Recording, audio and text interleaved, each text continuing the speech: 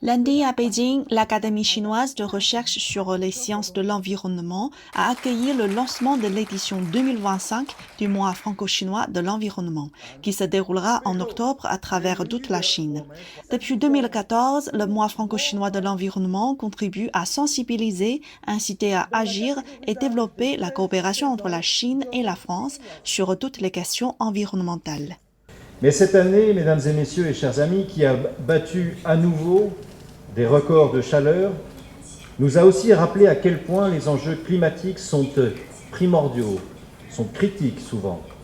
Elle nous a rappelé aussi les défis que posent certaines technologies d'avenir en matière d'environnement. Je pense bien entendu à l'IA qui est particulièrement consommatrice d'énergie.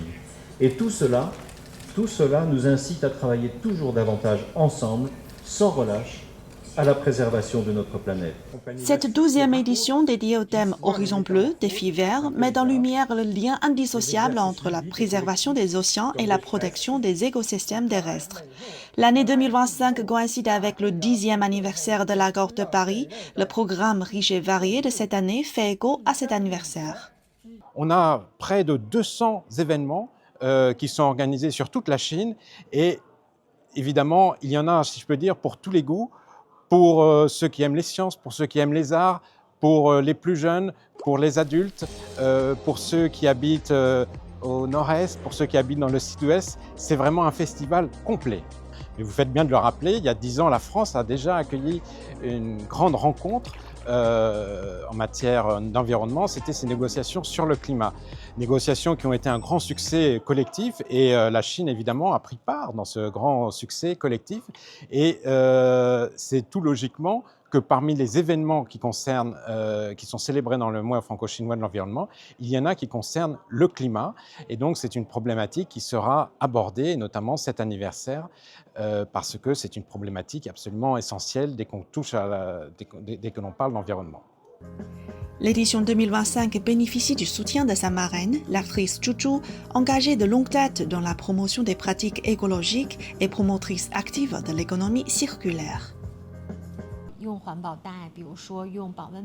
Utiliser des sacs réutilisables, emporter sa propre tasse, privilégier des modes de déplacement à faible émission de carbone, marcher davantage, utiliser des vélos en libre service ou les transports en commun et participer au marché d'objets d'occasion.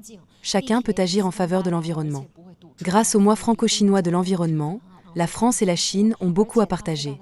Cet événement, riche en activités, se déroule dans 30 villes et est ouvert à tous.